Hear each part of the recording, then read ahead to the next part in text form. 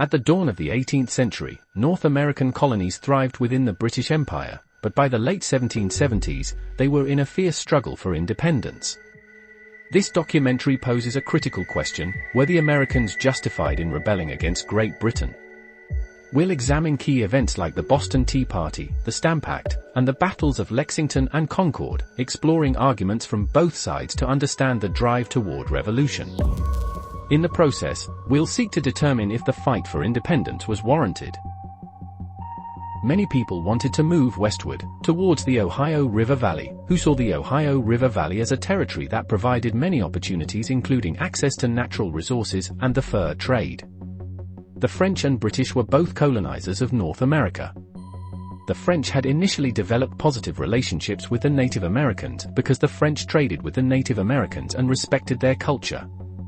The British were much more intrusive into the Native Americans' way of life.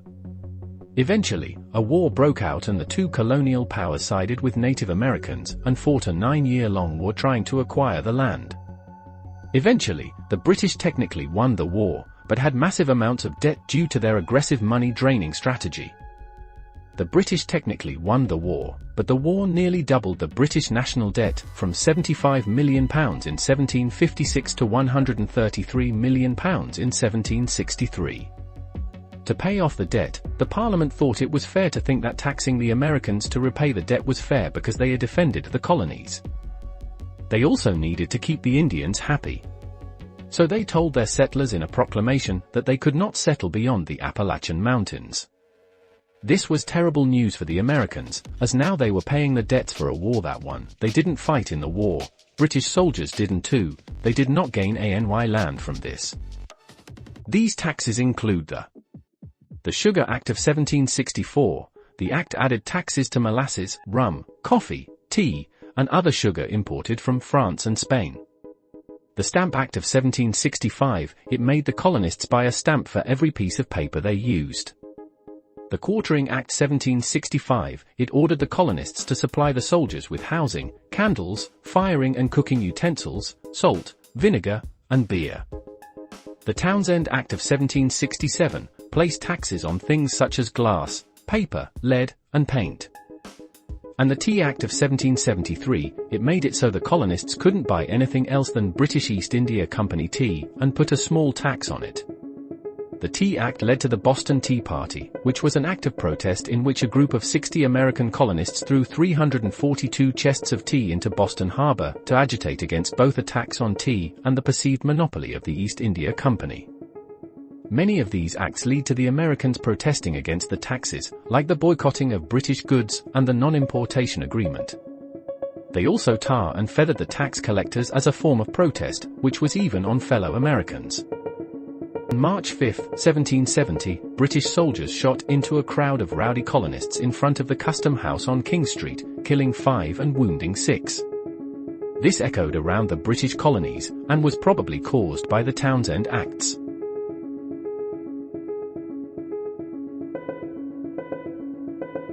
The Coercive Acts, also known as the Intolerable Acts, were punitive laws passed by Britain in 1774 to punish Massachusetts for the Boston Tea Party and tighten control over the American colonies.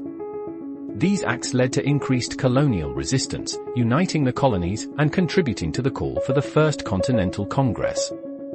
Banned trade with the colonies and authorized the seizure of colonial vessels on December 23.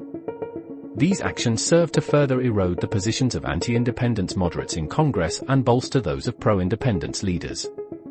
This resulted in the battles of Lexington and Concord on the 19th of April, 1775. The famous shot heard round the world marked the start of the American War of Independence. A year after the battles of Lexington and Concord, on July 4, 1776, the Declaration of Independence was adopted by and issued by the Continental Congress. All 13 colonies severed ties with Great Britain. It is fair to say that America was justified in declaring its independence. After all, this all began when the British Parliament thought it would be fair to tax the colonies for their massive debt from the 7 years of war.